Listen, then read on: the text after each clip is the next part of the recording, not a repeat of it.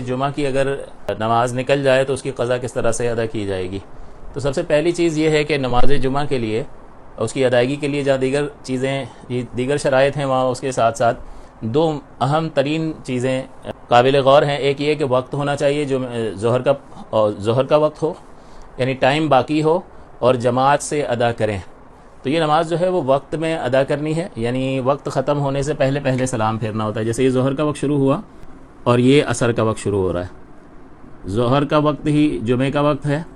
دونوں ایک ہی ہیں۔ لیکن ظہر میں مسئلہ یہ ہے کہ آخری وقت میں اگر اللہ اکبر کہا اور اس کے بعد بقیہ نماز جو ہے اس کی، یعنی نماز کے دوران ہی عصر کا وقت آ گیا تو یہ اس کی ادا ہی ہے، نماز ہو گئی اس کی۔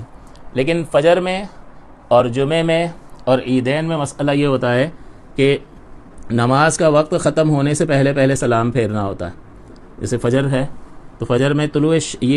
شمس یہ وقت ختم ہونے سے پہلے ہی سلام پھیرنا لازم ہے، وقت کے اندر ہی نماز کو ختم کرنا لازم ہے۔ اگر ایسا ہوا کہ صرف سلام آخر میں پھیرا، چند سیکنڈ وقت ختم ہوا تھا، چند سیکنڈ ہی گزرے تھے اور اس نے سلام پھیر دیا، تب بھی یہ نماز باطل ہو جائے گی۔ اسی طرح عید کی نمازوں کا یا جمعے کی نماز کا مسئلہ ہوتا ہے کہ جمعے کی نماز جو ہے اس میں اگر نماز کے دوران سلام پھیرنے سے پہلے وقت ختم ہو گیا، شروع یہیں کی تھی لیکن سلام پھیرنے سے پہلے عصر کا وقت داخل ہو گیا اور عصر کے وقت میں اس نے سلام پھیرا تو یہ جمعے کی نماز باطل ہو جائے گی، اور پھر ظاہر ہے کہ یہ فرض ہے اور فرض میں پھر قضا لازم ہوتی ہے۔ لیکن اس کی سوال یہ پیدا ہوتا ہے کہ اگر جمعے کی نماز چھوٹ گئی تو قضا کس طرح سے اس کی کریں گے؟ تو سب سے پہلی بات یہ ہے کہ پورے ظہر کے وقت میں جمعے کی نماز ادا کی جاتی ہے، اور دوسرا یہ کہ جمعے کی نماز کے لیے جماعت ہونا شرط ہے، اکیلا کوئی شخص جمعے کی نماز نہیں پڑھ سکتا۔ تو یہ دونوں چیزیں ضروری ہیں، لہٰذا اگر کسی نے وقت میں جماعت کے ساتھ ادا کر لی، اگرچہ قاعدہ اخیرہ میں جا کر شامل ہوا اور سلام پھر امام نے پھیر دیا اور اس نے باقی نماز تنہا ہی پڑھی ہے، لیکن یہ جمعہ اس کا ادا شمار ہوگا۔ لیکن اگر آخر وقت آ گیا، اب ایک جگہ جماعت نکل گئی تو اس پر لازم ہے کہ وہ دوسری جگہ جماعت علاقے میں ڈھونڈے گا، لیکن اتنی دیر ہو گئی کہ اب اس کو امید ہی نہیں ہے کہ کہیں جماعت ملے گی، وقت باقی ہے لیکن کہیں پورے شہر میں جماعت کی امید نہیں ہے، تو اب یہ کیا کرے؟ تو اب یہ وقت ہوتے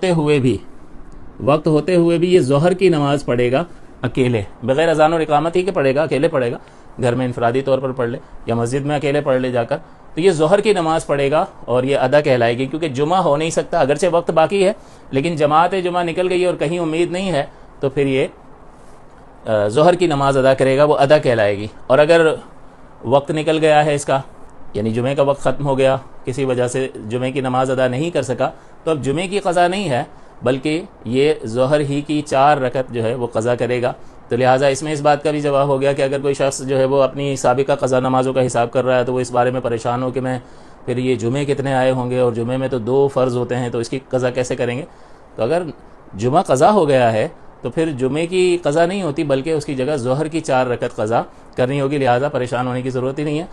اور اس کا حساب کرنے کی ضرورت نہیں ہے۔ جس طرح ظہر کا حساب کر رہے ہیں اسی طرح، یعنی پورے سال کی اگر فرض کر لیں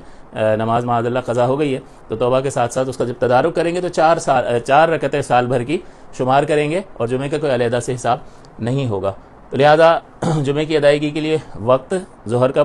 پورا اور جماعت شرط ہے، تو وقت میں اگر جماعت کے ساتھ ادا کر لی، اگرچہ قاعدہ اخیرہ میں مل گیا، اس کو جمعہ مل گیا، اس نے ادا نماز پڑھی ہے، اور اگر جماعت نکل گئی اور اس کو کوئی امید نہیں ہے کہ اب دیر سے دیر والی جماعت بھی ہو گئی لیکن ابھی وقت باقی ہے،